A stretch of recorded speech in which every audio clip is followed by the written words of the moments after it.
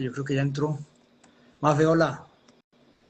Hola Sebastián, ¿cómo estás? Muy bien, muy bien. Muchas gracias, Mafe, por aceptar la invitación. Hoy lunes festivo. Cuéntame, ¿cómo estuvo tu puente, Mafe? Bueno, bastante agitado, te digo, ¿Qué de hiciste? visitas por ciudades con mucha frecuencia, también atención ciudadana, porque uno no tiene el tiempo, pero hay que sacárselo a la gente. Muy bien, muy bien. Qué bueno, qué bueno. Viste, Mafe, contame pues yo que vos sos de Cali, ¿cierto? Yo soy caleña, mi familia es de Buga Valle, ¿ve? De Ugaballe. Viste, Mafe, por aquí que estaba leyendo sobre ti, pues la idea que tenemos es poder conocer nuestros precandidatos presidenciales, saber qué todo de su vida, qué piensan, qué propuestas tienen. Y yo quería saber cómo fue el arranque tuyo en el tema político, porque yo sé que eres politóloga, ¿cierto? De los Andes. Yo soy politóloga de la Universidad de los Andes.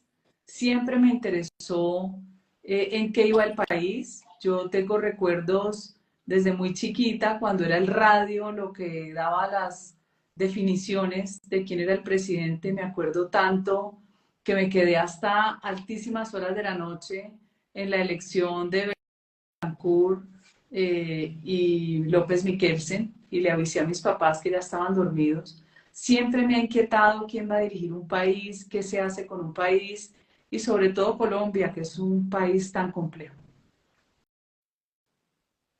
Así es. Bueno, Mafe, ¿y cómo conociste a Pepe Laforí, tu esposo? ¿Dónde te conocieron? Es que yo tenía el sueño de venirme a estudiar a la Universidad de los Andes. Había muy poca oferta académica en las ciudades. Mi opción era Medellín. Había pensado en la Pontificia Bolivariana de pronto y la otra opción era Bogotá. Y me decidí por Bogotá. Yo me vine de 17 años, no había cumplido los 18. Entré por mi ICFES. Yo tuve un ICFES muy alto de 340 sobre 400, que era en esa época. Entré a los Andes y mi carrera siempre fue ciencia política. Siempre, como te digo, tuve inquietud de quién dirigía un país. Por ejemplo, en Cali, que fue una ciudad tan cívica, tristemente eso se perdió. Es de esas misiones que hay que lograr volver a recuperar algún día. Me acuerdo de un alcalde que salía con una escoba enseñando que Cali tenía que ser la ciudad más limpia de Colombia. Ese era un alcalde Escobar Navia. Entonces, siempre esa inquietud política. Cuando me vengo a Bogotá no fue nada fácil, porque nosotros en región tenemos unas costumbres muy arraigadas, tenemos un círculo familiar de todas maneras muy cercano. Me costó mucho trabajo adaptarme al frío, a la actitud, porque no es fácil. El bogotano que uno se encontraba era displicente, era distante, pero poco a poco terminamos haciendo amigos de todos lados. Mis primeros amigos, tengo que confesar que fueron los costeños, porque los costeños tienen mucha afinidad con el Valle del Cauca. Mis amigos Sí. paisas no venían muchos de Medellín, venían de Manizales y la mayoría se devolvieron. Esos paisas de por allá del eje cafetero no se aguantaron Bogotá. Y además ustedes son muy chistosos, ¿no? Porque el paisa a donde va en el mundo lo que más extraña es la comida, Sí, la arepa y los frijoles. sí, Esos sí. lloraban acá en Bogotá porque no había esa oferta que hoy uno encuentra de todo Colombia. Entonces, estando acá, como a los 2 años de estar acá, una amiga mía, Rola, salía con un costeño y me dijo, te quiero presentar al amigo de mi amigo. Y yo con una pereza de salir, una pereza, eso que uno dice, ay, qué jartera, ¿será que salgo? Y él pasa al teléfono y me convence. De hecho, me invita a una fiesta que había en una discoteca acá de Bogotá, eh, ¿cómo se llamaba? Es una discoteca muy conocida, Keops, y tocaba Cuco Baloy, salsa. A mí me fascina la salsa, salsa, merengue. Bueno, esa fue la primera invitación de Pepe, pero es que él era mayor que yo, muy atrevido. Él tenía 30 y yo 19. Ah, sí, que usted lleva 11 años, 12. Lo que pasa es que a él no se le nota porque vaca chiquita siempre es ternera. Yo soy grandota y él es bajito. Y es come años, el hombre es come años. Es come años y a la grandota siempre nos persiguen los chiquitos, entonces no me podía Eso. poner tacones, ya no me importa, ya me pongo los tacones y él queda chiquitito. ¿Y quién empezó primero su carrera pública, Pepe, o empezaste vos primero?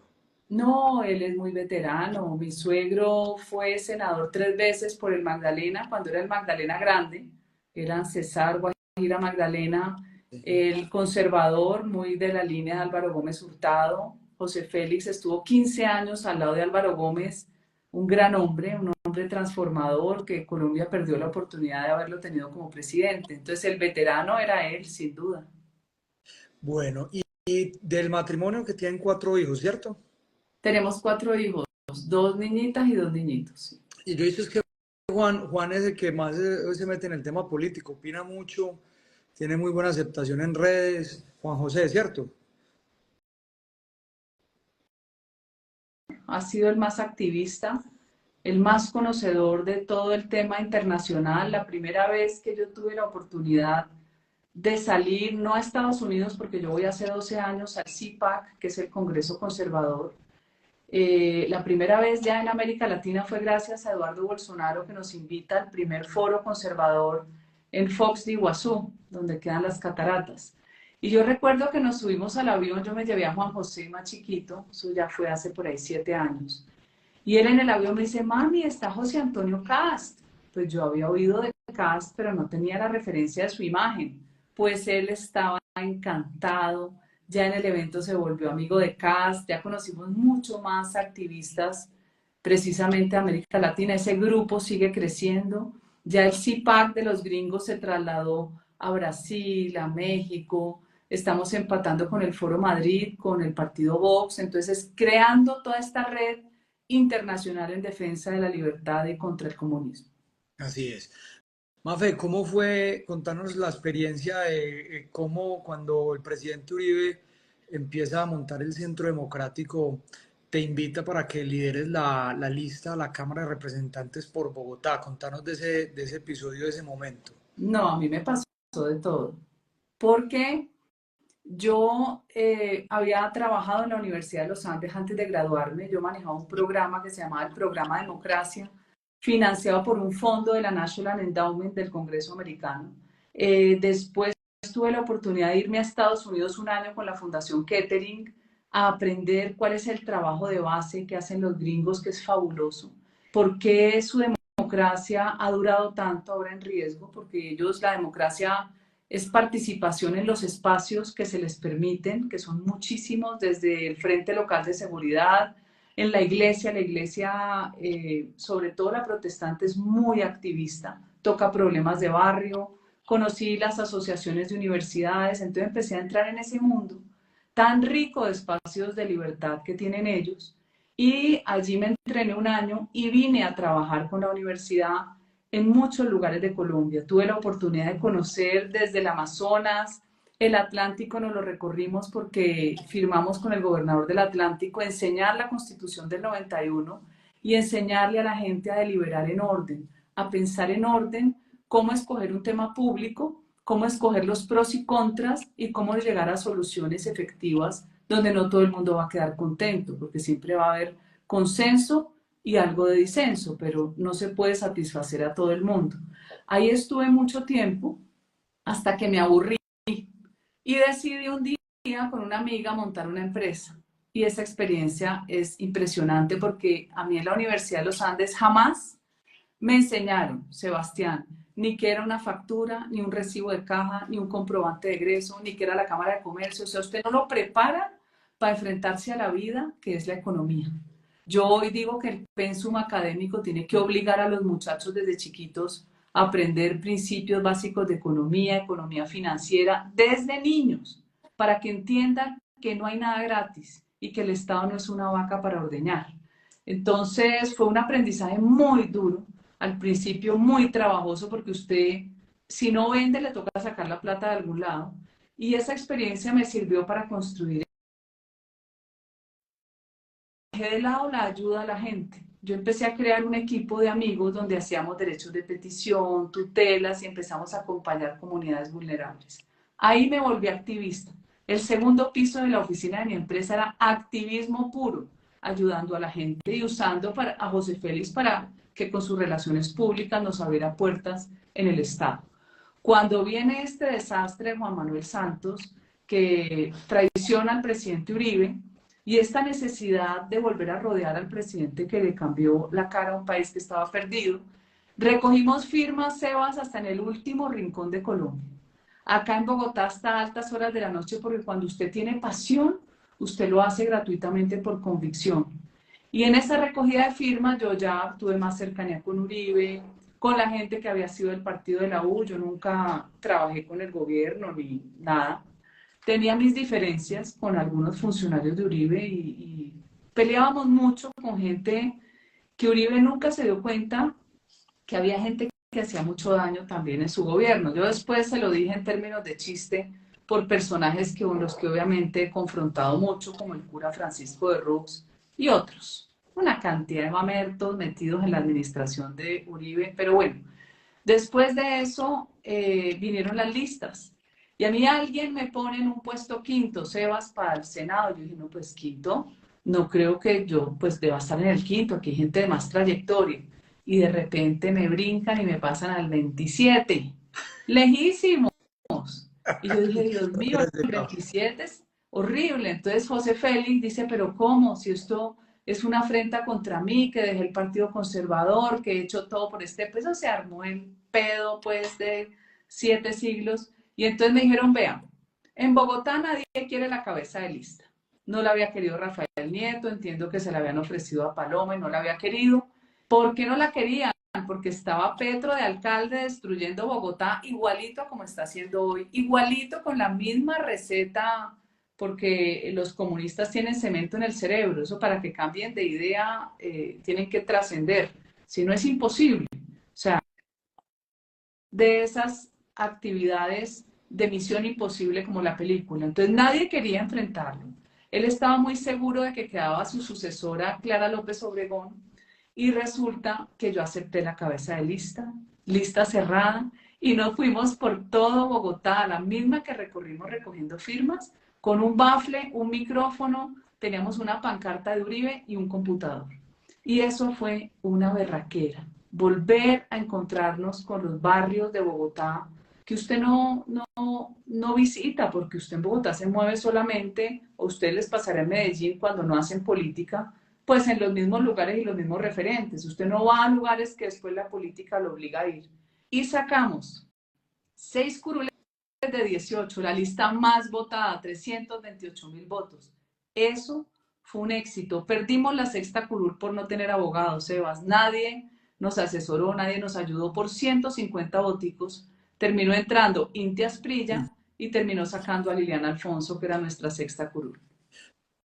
Bueno, Mafe, y te hago una pregunta. Tú, después de ese trasegar por la Cámara de Representantes, después decidiste dar el paso al Senado ya en una elección abierta donde te fuiste a buscar tus propios votos, y ya después se da esta votación histórica de una mujer en el Senado de la República que obtuviste de 200.000 votos.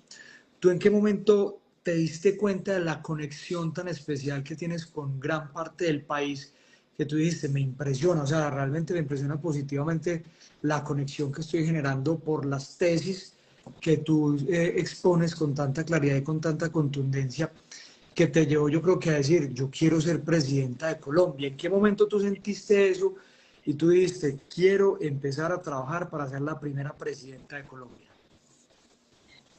Cuando yo doy el paso al Senado, también lo hice porque yo quería tener votos propios. A uno lo insultaban mucho en redes diciéndole, es que usted no tiene votos, es que los votos son de Uribe. Entonces damos ese paso, soy la cuarta de mayor votación, pero yo no tenía ni alcalde amigo, ni gobernador amigo, yo sola. No fue una mala votación, fue casi 39.000 votos, pero Uribe, cabeza de lista, obviamente nos quitaba muchos votos. Gente que quería votar por mí, obviamente entre Uribe y yo, votaban por Uribe. Entonces, ese paso fue importante, fue pasar de lo local a una visión más nacional, aunque yo ya tenía una experiencia en varios lugares del país por mis trabajos anteriores. Cuando viene esta segunda oportunidad, que también no me queda fácil, porque acuérdese que le dan la cabeza de lista a Miguel Uribe, que no era del partido. Y yo en vez de ponerme a pelear o a patalear, dije, ve, pues de pronto es una oportunidad, porque la cabeza de lista arrastra mucho voto, pero yo quiero los míos. Alguien me escribe, Sebastián, porque la vida es mágica. Me dice, escoja el último lugar y póngase el número 100, 100% cabal. Yo había tenido el 10, número 10 cuando estaba en el Senado anterior. 100% cabal se volvió una marca. Hoy la usamos en las gorras, que son muy apetecidas en posicionamiento de marca, las gorras camufladas 100% cabal. Y ahí arrancamos un trabajo que terminó en 210.000 votos, pero tengo que confesarte que los 10.000 finales los recuperé defendiéndole la curula a Polo Polo.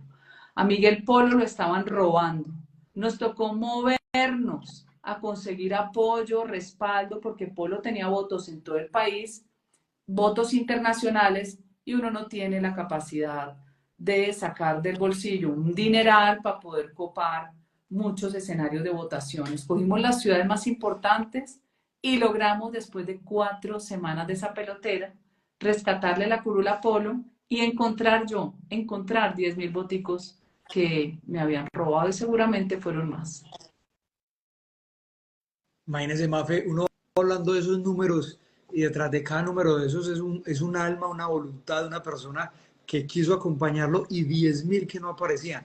A mí me pasó algo similar aquí en Medellín, estuve haciendo la precandidatura a la alcaldía, después, digamos, en toda esa defensa de la ciudad contra Quintero, también muchas personas decían que yo debía ser la cabeza de lista y digamos que el partido definió que yo debía ser el segundo.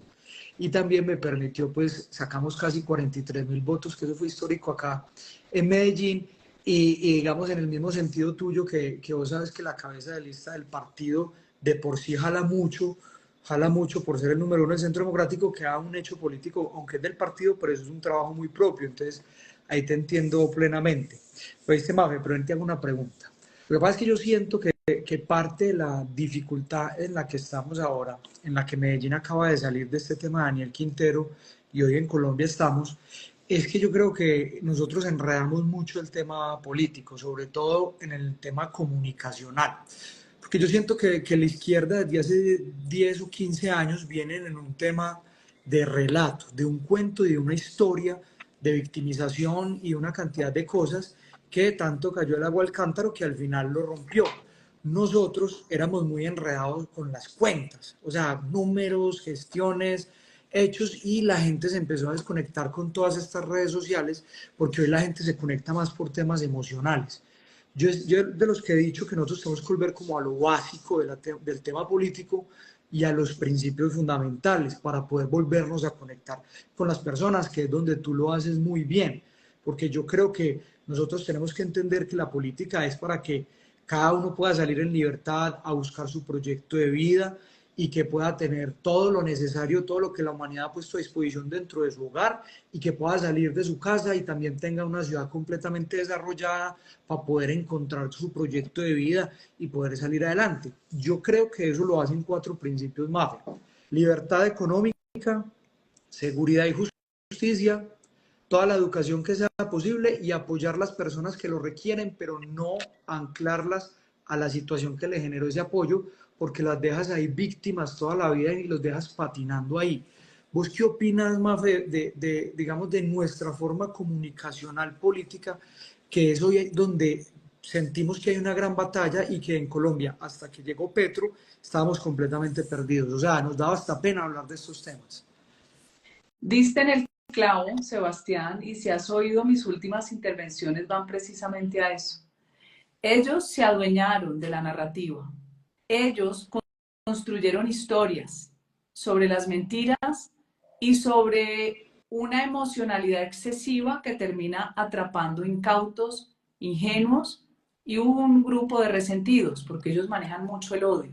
Entonces, crearon películas donde todos los malos éramos nosotros, que habíamos construido país, que no hemos secuestrado a nadie, que no hemos asesinado, que no hemos robado, que dejamos además mucho de lo nuestro por dedicarnos a la política, porque yo he tenido empresa, he hecho empresa, mi empresa existe, yo me he quebrado, yo he salido adelante, yo sé lo berraco que es hacer empresa en este país. Y ahora te voy a contestar lo que me preguntaste de segundo sobre los ejes. La economía es vida, pero no nos enseñan eso. Pensamos que la economía es una teoría abstracta y por eso llegan una cantidad de profesores teóricos a contar lo que no es. La lucha nuestra es de la evidencia que se puede probar contra el mito y la leyenda. Por eso siempre me escucharás decir que hay una disputa entre historia y memoria. La historia tiene fuentes fidedignas y comprobables, la memoria no. La memoria se usa, se retuerce políticamente según quien tenga el poder de hacerlo y termina por no ser creíble, pero es la que queda en la mente de las personas. Por eso la izquierda en el mundo usa mitos para que los demás crean que ellos son los Robin Hood de los pobres. Y resulta que lo único que han dejado ellos es millones de muertos, pobreza y exilio. No hay nada más. Nuestra misión, Sebastián, es saber contar historias diciendo la verdad, no la mentira. Nuestra misión es no enredar a la gente con cifras, con porcentajes, con una cantidad de explicaciones aburridas que la gente no entiende. Es controvertir con hechos, es ser más contundentes porque la fuerza de la verdad es superior a la mentira. Ahora, libertad económica es la base para que una sociedad pueda salir adelante. No es el subsidio que va a mantener al pobre esclavizado y nunca va a salir de la pobreza. Pero en Colombia tenemos un gran problema que podemos denominar como deficiencia estructural de mercado y es el no acceso al capital. Si usted no pone el capital a disposición de la gente para que invierta, para que el que hace arepas pueda comprarse un horno, para que el que vende algo acceda a ese medio de producción con facilidad y con crédito, usted va a tener a una sociedad sometida al gota a gota o a una sociedad con una pobreza monetaria que la lleva a la indigencia.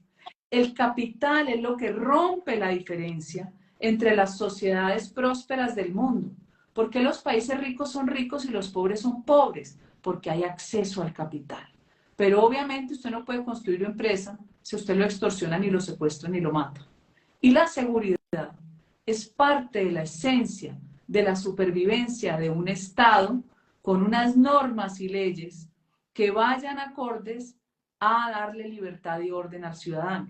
Pero es que aquí también nos torcieron todo, porque los progres se llenaron de emociones y deseos y convirtieron el derecho en activista.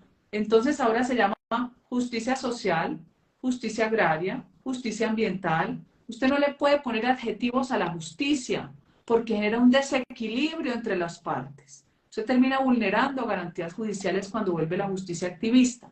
La justicia es una sola, punto. Que usted tenga leyes que protejan la naturaleza, sí, pero como lo dijo Giorgia Meloni, Sebas, y les recomiendo a ustedes y a todos, que en el último evento que estuve invitada, que fue el Viva Europa, que ya estuvo Milei, Santiago Abascal, José Antonio Kast, que va a ser presidente de Chile el otro año, Eduardo Bolsonaro, que seguramente será presidente del Brasil, si logran contener la barbaridad de la justicia persecutoria que hay en Brasil. Ahí te das cuenta que la fórmula está, lo que hay es que saberle enseñar a las personas. Escuchen a Giorgia Meloni en el Viva Europa. Es obligatorio escucharla por su claridad, por su convicción y por su transparencia. Ahora, ¿cuál fue el éxito de Javier Milei? Que enseñó economía. Yo sé que él a veces se enreda con explicaciones que son complejas, pero bajó su lenguaje al lenguaje común, señaló al adversario, a veces con palabras que uno aquí no puede decir así, tuviera ganas de decírsela a estos zurdos, y le explicó a la juventud por qué era pobre y por qué seguían votando por permanecer pobre. Entonces Milei tiene la gracia de arrebatarle los jóvenes al progresismo y meterlas en el libertarianismo, pero no es un libertarianismo fanático ni excesivo, porque el libertarianismo tiene una gama donde usted tiene desde libertad para todo, para las drogas, para todo, o un libertarianismo donde usted permite que exista algo de Estado, pero no podemos acabar con el Estado, tenemos es que reducir de tamaño. Entonces yo te digo que mi pesar y mi dolor con Colombia es que este país le apuesta a quienes no son aptos para gobernar. Y le apostaron a un Petro que va a dejar Colombia como si hubiéramos pasado una guerra. Va a haber hambre, pobreza, exilio y muerte. Por eso tenemos que ser propositivos desde ya, enfrentar la barbaridad del socialismo y de las locuras de Petro y devolverle a la gente la fe, porque esto no se ha perdido. Uribe lo logró y también lo vamos a lograr nosotros. Bueno, Mafe, te voy a hacer tres preguntas, tres bloques que nos quedan aquí como de la conversación. El primero es un tema internacional, después te voy a preguntar sobre lo que está haciendo Petro con la reforma a la salud, la pensión y las fuerzas militares, y que tú ya nos cuentes si, digamos, el pueblo colombiano te da la posibilidad de ser presidente, cómo abordar estos temas. El primero, en el tema internacional, yo siento que ya, digamos, hay una línea, al menos comunicacional, muy clara, y hay unos líderes que ya son muy visibles, que antes no se veían por ningún lado, como bien lo estabas hablando de Milei en Argentina, de Cast en Chile, de Bolsonaro en Brasil.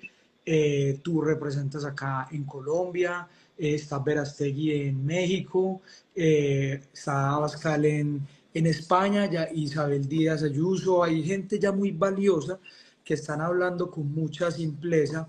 Entonces, con lo que tú estabas hablando del Foro de Madrid y el CEPAC, ¿cómo pudiéramos lograr a nivel internacional poder fortalecer más estos nuevos liderazgos nacionales, pero también todos los jóvenes y todas las personas que venimos saliendo adelante, entrándonos en todo este liderazgo político? Porque yo creo que hay que lograr bajarlo más. Por ejemplo, en Colombia no hemos tenido la posibilidad de tener estas organizaciones. ¿Cómo seguimos avanzando internacionalmente en unificar nuestro discurso? Porque yo digo que es que nosotros somos empresarios de realidades, los otros son mercaderes de ilusiones.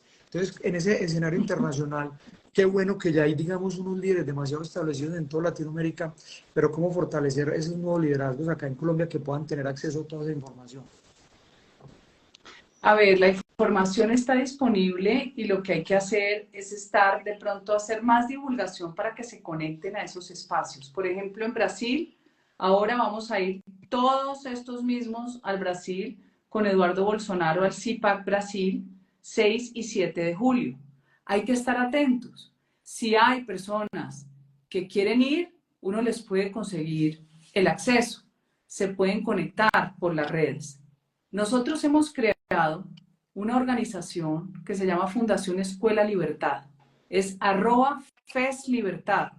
Es importante que los jóvenes entren y aprendan, porque ahí damos la batalla cultural todos los días contra el adoctrinamiento, contra todas las locuras de género que pretenden desconocer la biología, porque ahora todo es relativo, todo es susceptible según la creatividad que usted tenga en su mente de ser transformado, a un punto en que ya anormalizan al ser humano, lo saben en realidad.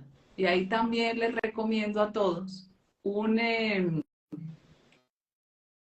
evento donde participó un hombre maravilloso que ya murió, que se llama Antonio Escotado, filósofo español. Toda la vida rojo, él decía que él era rojo como la muleta. Y al final de su vida se dio cuenta que era un error absoluto. Y sus seminarios y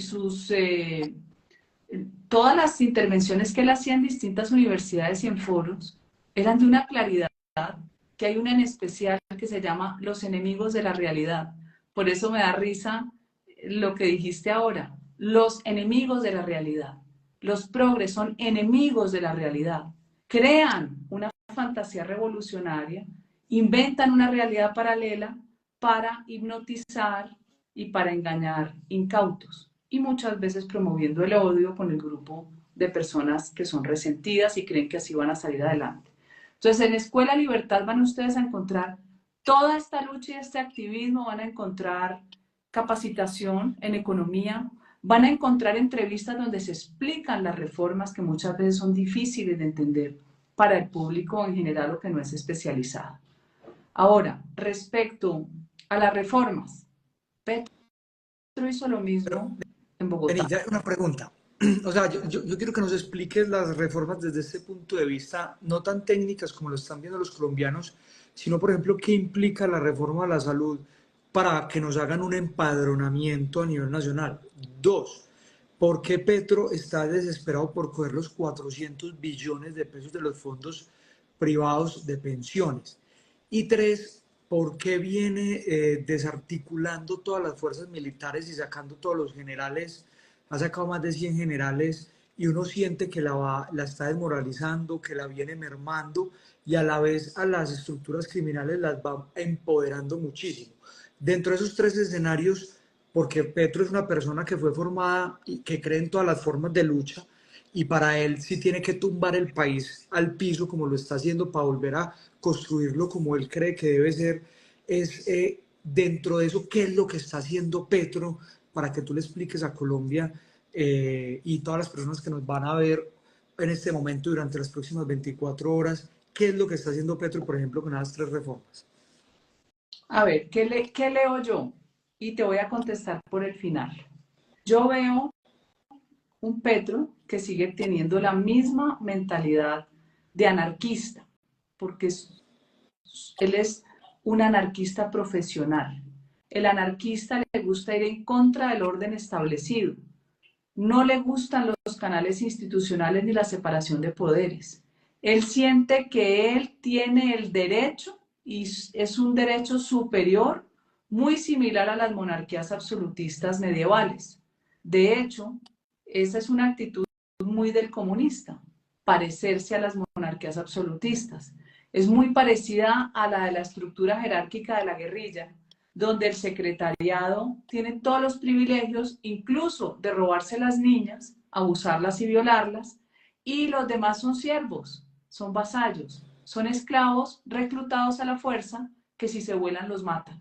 Si ustedes ven cómo es la estructura de la guerrilla y cómo su discurso es ajeno a esa realidad cuando hablan de defender a los pobres, nos cuenta que al fondo esto es una empresa criminal transnacional y nos han vendido en la basura del mito socialista. El mito de Marquetalia, el mito que el ejército se le robó las gallinas y le mató los cerdos, entonces se volvieron guerrilleros comunistas, todo eso es paja. Aquí la Internacional Comunista entró desde los años 20, el Partido Comunista se funda en los 30 y empezaron a modificar en las guerrillas liberales después de las peleas liberales y conservadoras para apropiarse, armarlas hasta los dientes. El hecho más significativo, Sebastián, es la inauguración de Tiro Fijo cuando sale al estrellato y sale en un pueblito que se llama Inzacauca con una acción delictiva tenebrosa donde mata en su primera salida, por decirlo, pública, donde es recogido por la prensa, mata a 16 personas, entre otras a las monjas y a los curas del lugar. Mata al alcalde y ahí se gana el apelativo, el alias de Tiro Fijo, porque le mete un tiro en el entrecejo. Cuando usted ve la realidad cruda de lo que es, se da cuenta que el mito no es verdad, pero la gente se queda en el mito, en el relato emocional de que fue unos pobres campesinos que el ejército les acabó sus cultivos y sus marranos, en fin. ¿Qué es lo que yo veo que él está haciendo? Él llega al poder con ayuda de todos los dineros ilícitos. Por eso el pacto de la picota fue un hecho tan peligroso, cuando su hermano con el ex alto comisionado visitan las cárceles y le prometen a los extraditables no extradición. Ahí tuvo que haber mucho dinero, como también los audios de Benedetti, como también lo que alcanzó a contar su hijo Nicolás Petro. Una cantidad de dinero que entra, no solo ilegal, sino el que llega a su campaña, que hoy supera en 6.000 millones los topes. Por eso es que el abogado Buchaibi ha insistido en que el juicio político se tiene que dar y se debiera dar en un país donde las leyes se cumplen. Pero como aquí todo es mamadera de gallo y tomarle el pelo a la norma y ser amigo del uno y del otro, porque entre todos existe al final un gran cartel de políticos que pelechan en distintos gobiernos. Lo que pasa es que este pone en peligro populares. Acuérdese que no me quiso contestar la tutela. Las llama, las invita. Él dice que puede haber muchos estallidos sociales. Anuncia a la constituyente, dice que no lo dejan gobernar, después dice que no, que es un referendo constituyente. Bueno, se inventa todo hasta que llega un decreto presidencial para modificar la Constitución y encuentra áulicos como Montealegre y Leiva, que son bastante mal comportados, que no tienen vergüenza y que no les importa. Eh, mi observancia, ¿qué veo yo sobre la peligrosidad del escenario? La peligrosidad, Sebastián, son 300.000 hectáreas de coca que no están erradicando, con más de 800 grupos criminales, con todos los jíbaros de la primera línea y con 400 municipios en manos de grupos ilegales o con control total o parcial de grupos ilegales, como lo dijo la Defensoría del Pueblo. Aquí hay que estar atentos porque este tipo, cuando se vea desesperado, porque ya está desnudo frente al público, porque su popularidad está en el suelo, porque habla más mentira que realidad, él probablemente va a llevar a este país a una violencia sin límites para doblegarnos, para que a través del miedo le aceptemos alguna locura de constituyente. Por eso, él entra con proyectos que son 4, no son 3. La reforma a la salud, desconociendo que la salud de Colombia, el sistema, es uno de los mejores del mundo. Así la gente no lo quiera creer y así tuviera defectos. Por ejemplo, Sura, los servicios de Sura. Yo los conozco por amigos míos campesinos que viven en Necoclí. Hasta tratamiento odontológico les hacían. Pero él necesita destruir el sistema de salud porque él necesita controlar al individuo. Él necesita que el Estado nos asfixie, que nos quite como individuo la posibilidad de decidir. La misma reforma a la salud que está haciendo Sebastián es la que hizo en Bogotá. Él vive obsesionado con la política de salud preventiva. Muy bien, señor Petro, pero no son con hordas de personajes visitando y timbrando puerta a puerta a ver quién está embarazada, a quién le duele algo. Eso no es así. Pero lo triste es que lo hizo cuando fue alcalde y cuando timbraba puerta a puerta, le salía que 8 de cada 10 familias estaban aseguradas ya en el sistema.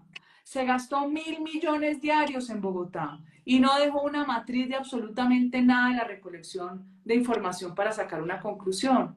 Esa misma basura es la que trae ahora. Yo te pregunto a vos, ¿acaso las IPS y las mismas EPS no tienen en la data la información de todas las personas que se enferman, que operan? Para usted con esa recolección de datos, hacer prospectiva, poder mirar hacia el futuro, una política preventiva en base a datos y no llevando unos caminantes como a él le gustan, que yo le digo, el médico, que seguramente querrá un médico cubano, el chamán, el trabajador social y seguramente va a llevar un astrólogo. Eso es lo que le gusta a él. Tener un montón de gente gastando mucha plata, porque así es como ellos se reproducen, teniendo gente que dependa del Estado. Mire lo que está haciendo agigantando el Estado. No hay recaudo. La última tributaria dejó a la gente en la olla. La gente está hoy insolvente o entrando en ley de quiebras. No lo vio. No lo vio su ministro Eugenio Campo, pues lo vio Luis Guillermo Vélez y léanse el artículo de esta mañana. La reforma a la salud, como no la logró sacar, ha sacado decretos para resecar el sistema. ¿Qué está generando? Muertes. Porque si usted no tiene la medicina se muere. Porque si usted no lo operan se muere. ¿Usted cree que a él le importa? A él no le importa. Pero lo grave es que tenga funcionarios irresponsables que hagan las locuras que él dice sin darse cuenta que van a llevar a la gente a la muerte. La laboral, ¿ya viste que le tienen los trabajadores al ministerio? Eso solo pasa en el gobierno del cambio. Esta señora fortalecer las centrales obreras gigantescas llenas de privilegios, dejando de lado los acuerdos colectivos que hacen las empresas con sus propios sindicatos. Es que yo no tengo por qué ser esclava de ninguna gran central obrera, que además solo tienen 1,5 millones de afiliados. El 85%, Sebastián, del empleo en Colombia lo da la pequeña y mediana empresa. Y ahora, tercero, la pensional. A Petro se le olvida que la plata de la pensión es el ahorro individual de cada uno y que yo tengo derecho a decidir. No, es que él quiere meter mano. Por eso nos obligan a que la fórmula, que la quiere él crecer, que no lo logró en Cámara por fortuna, que vamos a ver qué pasa esta semana con la pensional en último debate en Cámara, quiere meterle la mano al botín porque ese botín es jugoso, pero resulta que con ese botín se dan garantías para grandes proyectos de infraestructura. Él va a subvertir todo. Atentos a qué va a pasar en el Congreso. Y la reforma educativa, que es una reforma de toda esta fantasía de la izquierda que le encanta constitucionalizar todo, todo en la Constitución, no para que la Constitución sea la cadena del gobierno para proteger ciudadanos, sino que sea la cadena del ciudadano por cuenta de que el gobierno puede hacer lo que le da la gana. Ellos siempre subvierten el orden, lo cambian, inversión revolucionaria. Pues resulta que se le enredó la reforma a la educación, le doy esa buena noticia. El jueves estuvimos en comisión primera, venía por un tubo de cámara y se le enredó, porque mejor está la ponencia que tiene Paloma y la que tiene Luna, Centro Democrático y Cambio Radical, y le toca llegar a acuerdos con nosotros, porque si no, no se la votamos. Muy bien. Ahora, Mafe, lo más delicado que yo creo que hay ahora es lograr que hayan elecciones en el 2026. Eso es lo más preocupante. Pero Mafe Cabal es elegida presidenta de la República y a partir del 7 de agosto de 2026, ¿cómo empiezas tú como presidenta a recuperar a Colombia? ¿Qué harías para poder recuperar a Colombia de la debacle en que no la van a dejar? Lo primero que hay que hacer es anticiparse, es tener las soluciones previamente elaboradas con los mejores equipos de trabajo que hay en Colombia. Aquí hay gente demasiado buena. Y que usted llegue como hizo Javier Milei, de una vez mochando. Yo sé que se necesitan leyes para mochar ministerios, pero no para quitar consejerías. ¿Qué hacen 16 altas consejerías de burocracia cuando usted tiene ministerio? ¿Qué hace una cantidad de agencias duplicando funciones? Pobre la gente que tiene que pagar impuestos, riesgo, se lo roben haciendo embajadas absurdas en África y en Palestina, que ya vieron ustedes que nadie quiere irse a una embajada en Palestina, que prefieren vivir en Israel. ¡Qué vergüenza este gobierno! 500.000 millones de pesos. ¿Cuánto ha costado el silencio de Armando Benedetti restableciendo una embajada que no se necesitaba y no les da vergüenza porque ellos son amorales? Ellos creen que tienen superioridad moral para señalar a todo el mundo delincuente de lo que ellos son. Lo primero es mochar el gasto público.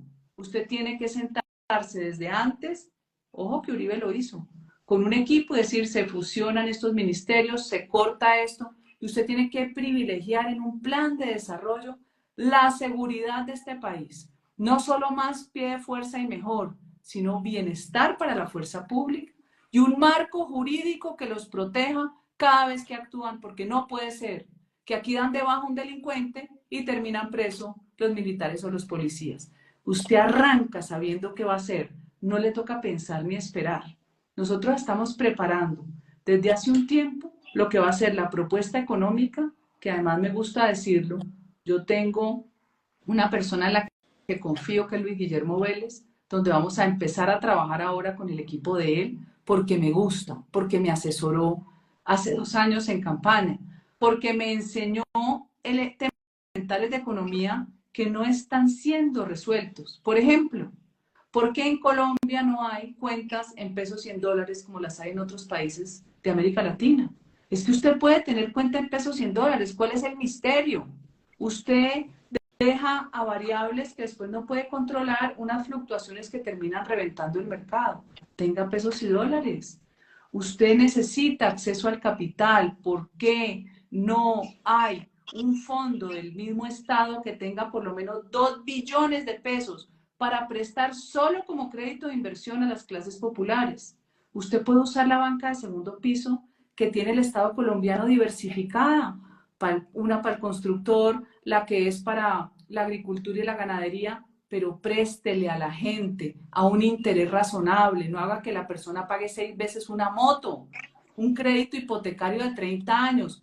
Hágale fácil la vida a la gente, que si usted pone un fondo de inversión, que sea solo crédito de inversión para bienes de producción, usted lo que hace es que consigue más fondos afuera. Pone 2 el Estado colombiano y le llegan 6 más. 8 billones para prestarle a la gente, para que no tenga que vivir empeñada en el gota a gota. Entonces, hay fórmulas que no se han hecho, ni siquiera en los gobiernos que se presumían de derecha, que se hubieran podido hacer. Bueno, Mafe, ¿por qué crees que Petro la coge tan fuerte contra Antioquia y lo que nosotros representamos? Mira que aquí ya intervino Sabia Salud, intervino Confenalco, pues ahorcó a Sura, no quiere dar la plata del túnel del Toyo, tiene las 4G cerradas. O sea, ¿por qué, digamos, Antioquia para él representa tanto una antítesis que tiene que estar golpeando permanentemente? Por resentido, por envidioso, porque Antioquia y ese corazón, Antioquia, el eje cafetero, han sido el muro de contención de la izquierda, porque la cultura del trabajo está inserta en el ADN de ustedes, porque ustedes tienen una identidad de región que es muy fuerte y muy poderosa, y porque también la adversidad de la montaña ha hecho que ustedes, como los santanderianos, sean gente muy pujante. Ustedes tienen el presupuesto de Medellín, salvo todo lo que se robó la administración anterior, que versus población es la ciudad más próspera de toda Colombia comparada con la población. Usted pone un país en cualquier lugar del mundo y le genera riqueza porque tiene sentido y valor del trabajo, porque el trabajo gusta, así como gusta la protección del núcleo familiar. Petro siente envidia, siente rabia, porque Petro jamás en su vida ni tuvo empresa, ni microempresa, ni generó nada, en absoluto, nunca pagó nómina, nunca tuvo el riesgo de un empresario que se puede quebrar y se le va el patrimonio, jamás pagó impuestos. Es que Petro se vendió como una figura apolítica cuando ha vivido pelechado y vampirizado al Estado colombiano. Bueno, Mafe, dos preguntas como para ir ya terminando. La primera es cómo va el partido. Ahora si hay cinco precandidatos a la presidencia. Está la doctora Paloma, Paola, Andrés y Miguel. ¿Y tú, cómo están esas conversaciones entre ustedes para definir candidato, cómo va a ser? ¿Y cómo estás viendo ya el escenario general con las otras fuerzas políticas para poder llegar unidas a una candidatura? Ahí está por el otro lado Claudia López y Sergio Fajardo, y quién sabe, pues Petro, qué va a hacer. Entonces, una, ¿cómo está el tema del partido? Y dos, ¿cómo estás viendo ya el tema general? Yo invito y aprovecho este espacio, Sebastián, que me brindas para que se inscriban en el Centro Democrático como militantes. Ahora vienen las convenciones municipales. Es importante ser militante para escoger un buen directorio. Vienen las convenciones departamentales y vienen las convenciones nacionales. En esa convención nacional, yo solo le pido a la militancia que la selección de la fórmula sea una selección con sentido común. Yo no quiero más locuras inventadas de encuestas internas que después no tienen ningún control sobre la muestra que se escoge. Yo no quiero más fórmulas que terminan generando más daño que de verdad la legitimidad que tiene una elección y la alegría y la pasión que produce elegir el que la mayoría quiere. Yo quiero que sea por consulta popular, como hacen todos los partidos y así lo van a hacer. Los conservadores van a llevar su lista, los liberales llevan la suya, porque todos los partidos tienen vocación de poder.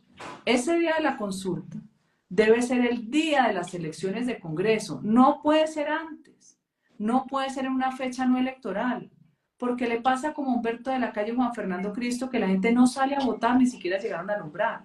Necesitamos jalar las votaciones de nuestras cámaras y del Senado, y eso lo hace una consulta. Necesitamos que el partido tenga el mayor número de votos sumados los candidatos en comparación a conservadores, a liberales, a verdes, porque eso nos da un margen de negociación superior para pactar con los demás partidos afines, ir a una primera vuelta ya llegando a acuerdos. Otra fórmula me parece muy difícil.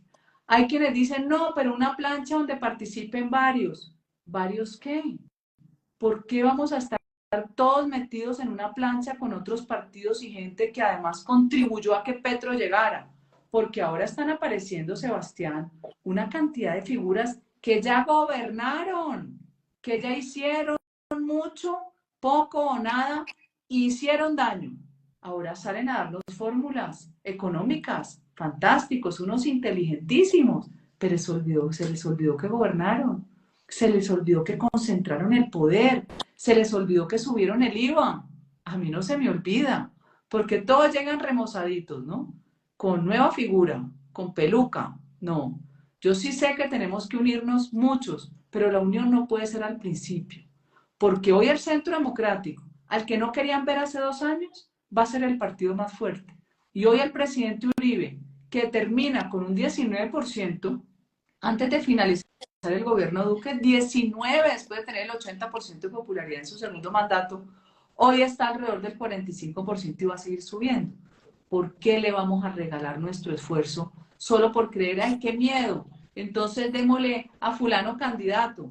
Nosotros a trabajar, nosotros a medirnos y una vez medidos a hacer acuerdos, pero no a hacer las cosas al revés. Usted no entrega las banderas anticipadamente. Aquí hay muchos que han gobernado y llegan disfrazados de candidatos renovados. Ojo con eso. De acuerdo, Mafe. Bueno, Mafe, y un mensaje, ¿vos por qué crees que está tornándose tan complejo el proceso judicial del presidente Uribe? O sea, llega la nueva fiscal de Petro y a los 15 días cambia completamente la acción de fiscalía. ¿Por qué crees que está pasando a ellos? Porque, o sea, ¿quieren sacar al presidente Uribe de esta contienda o qué es lo que están buscando? Uribe se convirtió en, eh, en el diablo para todos los progres que vieron que el mandato de Uribe nos devolvió país. Uribe se volvió el coco para todos los que disfrutaron destruyendo Colombia, llegando a la cifra de 30.000 muertos año en el 2002. Lo detestan porque dio las operaciones militares más brillantes, no solo de rescates de secuestrados, que hubo muchas de policías y de militares, sino la gran operación Jaque, que es la mejor operación del mundo de cualquier ejército. Por eso yo me siento muy orgullosa del ejército de Colombia, que usted me preguntaba, que está hoy desmoralizado, que no siente confianza del mando, que sacó generales porque él es un paranoico, porque él sigue teniendo mentalidad de guerrillero, porque detrás tiene a sus asesores cubanos y rusos, porque todo este embeleco contra Israel no es porque le importe Palestina, le importa un carajo, es porque no quiere seguir negociando con los israelitas y el negocio seguramente pasará a manos de otro proveedor. Así como el cuento de la Cancillería y los pasaportes, ellos llegaron por el botín como piratas y se están robando todo. Lo que pensaron es que no iban a quedar descubiertos tan pronto. Así es. Bueno, Mafen, una última, digamos, mensaje y agradeciéndote mucho este espacio, que pudieras conversar con nosotros, poder hablar aquí con la ciudad de Medellín y todas las personas que nos siguen, es que dentro de todo lo difícil que está pasando en Colombia, yo veo algo positivo y es que ya mucha gente, muchos colombianos, ya no están tan concentrados solamente en su metro cuadrado, sino que ya están pensando digamos, en el país como tal, porque había mucha indiferencia y la gente estaba muy anestesiada y uno ve la gente ya mucho más despierta, mucho más activa en el tema político y en cómo defender a nuestro país. Un último mensaje, Mafe, a todos los colombianos, que salgamos de ese metro cuadrado, que estemos muy pendientes de nuestro país, muy unidos, muy pendientes de todas las actividades que estemos invitando para poder contener estos 2 años, lograr que hayan elecciones en el 2026 y poder recuperar a Colombia. Pues nosotros venimos de un proceso de recuperación de nuestra ciudad, donde todos los días veíamos escándalos, todos los días Daniel Quintero salía con un escándalo distinto y lo estamos viendo ahora con Petro exactamente igual, pero un mensaje pues de esperanza para todos los colombianos y agradeciéndote mucho más este espacio, un honor para mí. Gracias, Sebastián. Mi papá es un hombre de 90 años. Yo me enfermé durante el acuerdo de paz. Yo estaba en comisión primera de Cámara. Me enfermé de ver la desfachatez de quienes habían sido funcionarios de Uribe, hoy como hienas, acompañando a Santos, entregando un país, dando curules gratis a los bandidos. Era una sensación de indefensión tan horrible que me puse muy mal de Salud. Mi papá me dijo, mija, en esa época tenía 80 y pico de años. Llevo 80 años oyendo lo mismo. Usted no tiene por qué enfermarse. Hay que seguir luchando por Colombia. Entonces yo les pregunto a ustedes, y ustedes paisas, ¿no? Guerreros, berracos, ¿vamos a entregarle el país a esta mano de vagos, vándalos, desadaptados, que el mérito no vale, sino el que sea el peor? ¿Vamos a entregarle un país que hemos construido con tanta dificultad a este grupo de desadaptados sociales? No, yo creo que no. Y lo demostramos en las regionales. Y los vamos a derrotar. Porque la fe, recuerden, la fe es la certeza de lo que no se ve.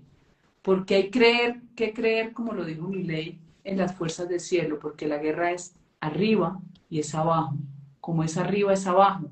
Las fuerzas del cielo, creer en Dios, no estamos solos. Hay que luchar con la oración y hay que luchar aquí, en la tierra, demandando, actuando, participando, convenciendo, confrontando. Y somos más. Así es, no, Mafe, muchas gracias por aquí en Medellín. Vos sabes que tenés mucha fanática, hay mucha gente que te quiere mucho. Vos sabes pues que por acá siempre a tu disposición, en la ciudad cuando pues quieras venir. Vos sabes que en el consejo tenés un gran amigo que es el Guri y pues y ahí para adelante, Mafe, mi Dios te bendiga y esperemos pues que la gente pues defina lo más rápido posible porque tenemos que recuperar este país. Y muchas gracias por este espacio y saludar a todas las personas que nos han acompañado. Más o menos en promedio hemos estado en 500 personas y yo creo que durante 24 horas va a haber muchas personas, miles de personas que nos van a ver en este envío. Mafe, Dios te bendiga y saludes a toda la familia y a Pepe y a todos.